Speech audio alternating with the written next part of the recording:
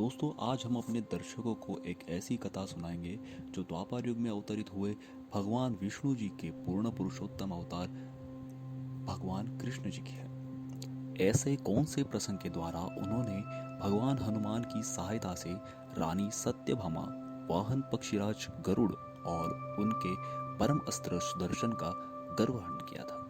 और वीडियो में अंत में जानेंगे इस कथा से एक महत्वपूर्ण मिलने वाली सीख।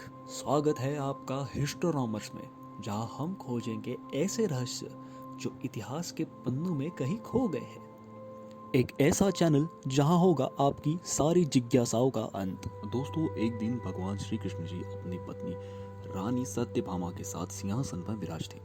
तभी रानी सत्यभामा ने श्री कृष्ण जी से पूछा, स्वामी, आपने त्रेता युग में राम अवतार धारण किया था, तभी सीता आपकी पत्नी थी। क्या वो सच में इतनी सुंदर थी? क्या वो मेरे से भी अधिक सुंदर थी? हालांकि ऐसे नहीं हो सकता कि कोई स्त्री मुझसे अधिक सुंदर हो सके इस संसार में। तभी भगवान श्री कृष्ण स्मित हास्य करके इस सवाल का जवाब देने ही वाले थे, तभी उनके वाहन पक्षीराज गरुड़ ने उनकी बात को टोकते हुए कहा, कोई मुझसे अधिक तेज वायु के गति से उड़ सकता है? मुझे ये सर्वस्वी पता है कि मैं ही सबसे अधिक गतिमान हूँ। तभी सुदर्शन चक्र को इन दोनों की बातें सुनकर रहा नहीं गया और उन्होंने कहा, यह तो कुछ भी नहीं, मैं विश्व में सबसे अधिक शक्तिशाली हूँ। मेरा ही उपयोग करके भगवान ने सारे राक्षसों का खात्मा किया है। द्वारकाधीश कृष्ण इन सब की बात सुनकर मंद मंद मुस्कुराने लगे। उन्होंने भाप लिया कि सत्यभामा को सुंदरता तो गरुड़ को अधिक गतिमान होना और सुदर्शन को सर्वशक्तिशाली होने का गर्व हो चुका था। तभी उनके मन में एक युक्ति आई और उन्होंने अपनी लीला का प्रारंभ किया। उन्होंने तत्काल सुदर्शन से कहा, तुम द्वार पर पहरा दो और याद रहे, मेरी अनुमति के बिना कोई महल के अंदर ना आ पाए। सुदर्शन द्वार पर चले गए। उन्होंने उसके पश्चात पक्षीराज से कहा, तुम हनुमान जी को जल्द से जल्द यहाँ आने का प्रस्ताव दो और कहो कि द्वारका में प्रभु श्री राम और सीता उनकी राह देख रहे हैं। तभी उन्होंने सत्यभामा से कहा, मेरी प्रिय भक्त हनुमान को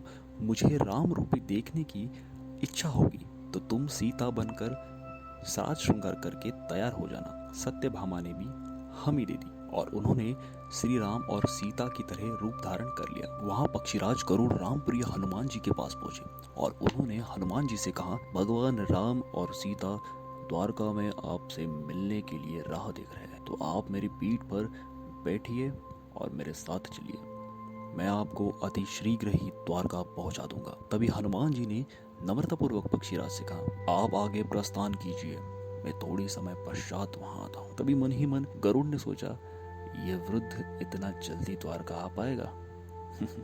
खैर छोड़, मेरा कार्य संपूर्ण हुआ। और यह बात सोचते सोचते वायु गति से द्वारका में आ गए। पर दोस्तों, महल आते ही तो वह देखते हैं तो क्या, हनुमान जी पहले ही आकर महल में स्वामी के सामने बैठे हैं।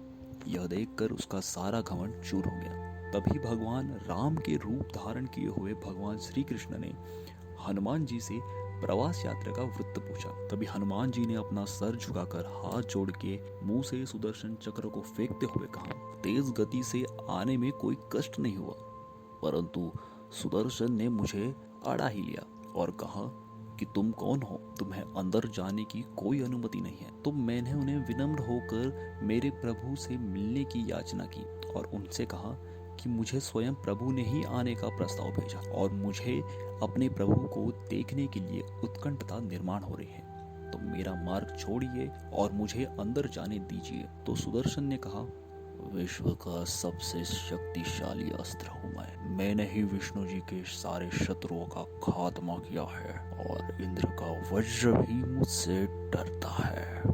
मुझसे शक्तिशाली कोई नहीं है। और यही कहते हुए सुदर्शन ने मुझे युद्ध को ललकारा। हमारा भीषण युद्ध हुआ। मेरी गदा के प्रहारों को सुदर्शन जी ने बखूबी निभाया और उन्होंने मुझ पर अनगिनत प्रहार भी किए।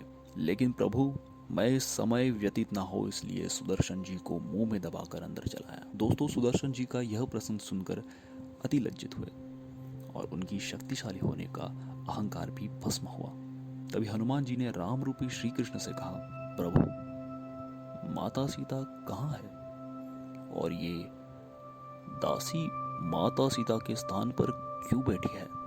यह बात सुन के रानी सत्यभामा की अति सुंदर होने का भी गर्व चूर हुआ। तभी भगवत ने सारी लीला हनुमान जी को समझाई कि कैसे हनुमान जी अनजाने में पक्षीराज गरुड़, सुदर्शन चक्र और अंत में रानी सत्यभामा का गर्व हरण कर लिया। दोस्तों, अब हम देखेंगे हमें इस वीडियो से मिलने वाली सीख। मनुष्य को अपने कोई भी कला और शक्ति का अहंकार नहीं करना चाहिए, चाहे वो सुंदरता हो, शौर्य हो या फिर गति या फिर कोई प्रतिभा। प्रभु हमेशा हनुमान जी जैसे भक्तों को अधिक प्रिय मानते हैं, जो कि हमेशा नम्र और गर्व रहित होकर प्रभु से प्यार करते हैं और अपना कार्य करते रहते हैं। दोस्तों, आज के लिए आपका प्रश्न है, रामायण में प्रभु श्री राम के भाई शेष अवतार लक्ष्मण जी के पत्नी का नाम क्या था? दोस्तों, अगर ये वीडियो पसंद आया हो तो हमारे वीडियो को लाइक ज़रूर कीजिए, अपने जिज्ञासु दोस्तों के साथ ये वीडियो ज़रूर शेयर कीजिए और हमारे चैनल को सब्सक्राइब कीजिए। अगर आपकी कुछ राय है और आप कुछ इतिहास के पन्ने ढूंढना चाहते हैं तो कमेंट सेक्शन में ज़रूर बताइए।